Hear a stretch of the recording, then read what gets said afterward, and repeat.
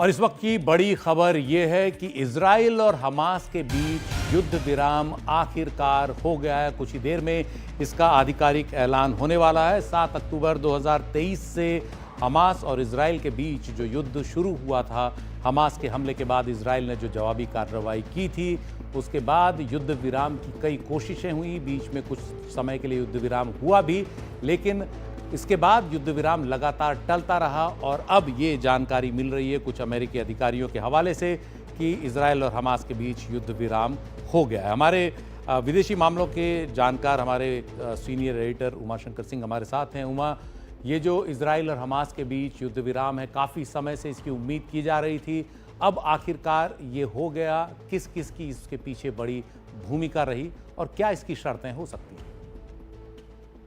जी देखिए, एक बहुत बड़ी खबर है और ये जानकारी आ रही है सूत्रों के हवाले से। अभी आधिकारिक ऐलान का इंतजार है और कतर के जो प्राइम मिनिस्टर हैं उनकी तरफ से इस बात को लेकर एक प्रेस कॉन्फ्रेंस किए जाने की जानकारी भी सामने आ रही है। पिछले कई दिनों से लगातार इस बात की संभावना जताई जा रही थी कि ये जो पीस डील है वो हो जाएगा और युद्ध विराम हो जाएगा और बंधकों की वापसी भी होगी। जो जानकारी अब तक निकल कर सामने आई उसके मुताबिक ये जो संभावित डील है जिसका ऐलान अभी होना है, उसके तहत जो हमास की तरफ से पहले 33 बंधकों को छोड़ा जाना है, जिसमें ज्यादातर महिलाएं और बच्चे हैं, और हर उन बंधकों के बदले 30 फिलिस्तीनी कैदी जो इजराइल की जेलों में बंद हैं उनको छोड़ा जाना है। ये भी शर्तों में शुमार है कि 50 साल के अधिक उम्र के जो बंधक छोड़े जाएंगे, उसके एवज में इजराइल की जेलों में बंद 50 साल से अधिक उम्र के फिलिस्तीनी कैदी जो हैं, हर एक बंधक के बदले 30 ऐसे कैदी छोड़े जाएंगे। ये भी जानकारी आ रही है कि जो हमास के कब्जे में इजराइल की जो महिला सैनिक हैं, उन हर महिला सैनिक के एवज में 50 कैदी जो फिलिस्तीन के हैं वो छोड़े जाएंगे।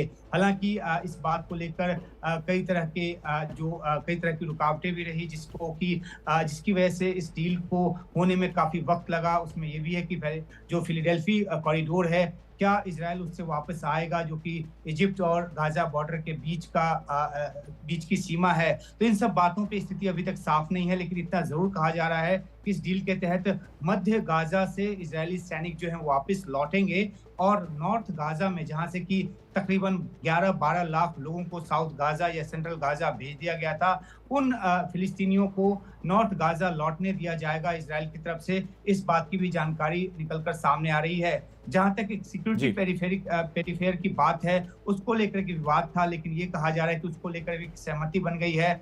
इजराइल चाहता था कि तकरीबन 1.5 किलोमीटर का दायरा हो उस पेरिफेरी का, लेकिन ये भी कहा जा रहा है कि हमास जो है इसके लिए तैयार हुआ है और वो पेरिफेरी कुछ छोटा हो सकता है, 500 से 700 मीटर तक का हो सकता है। तो इसके डिटेल्स निकलकर आगे आने वाले समय में सामने आएंगे, लेकिन एक बहुत बड़ी राहत की बात और जानकारी ये भी आ रही है कि गाजा में इस बात को लेकर सेलिब्रेशन किया जा रहा है, क्योंकि उनको एक नई जिंदगी मिली है। क्योंकि 15 महीने से जो चल रहा युद्ध था, इस डील के साथ वो फिलहाल के लिए खत्म होगा और दूसरे फेज को लेकर, इस सीज फायर के दूसरे फेज को लेकर जब बातचीत शुरू होगी वो 16 दिनों के बाद शुरू होगी और तब जाकर एक पूर्ण युद्ध विराम को लेकर जो बात है वो शायद एक रूप ले पाए। तो निश्चित तौर पर उमाशंकर, ये एक बड़ी कामयाबी है और ख़ास तौर पर ट्रंप प्रशासन के सत्ता में आने से ठीक 5 दिन पहले बाइडेन प्रशासन ने इसको आखिरकार अमल इस पर एक तरह से कर दिया। ये जो युद्ध विराम कराने में एक बड़ी भूमिका निभाई है। इसका आधिकारिक ऐलान होना बाकी है।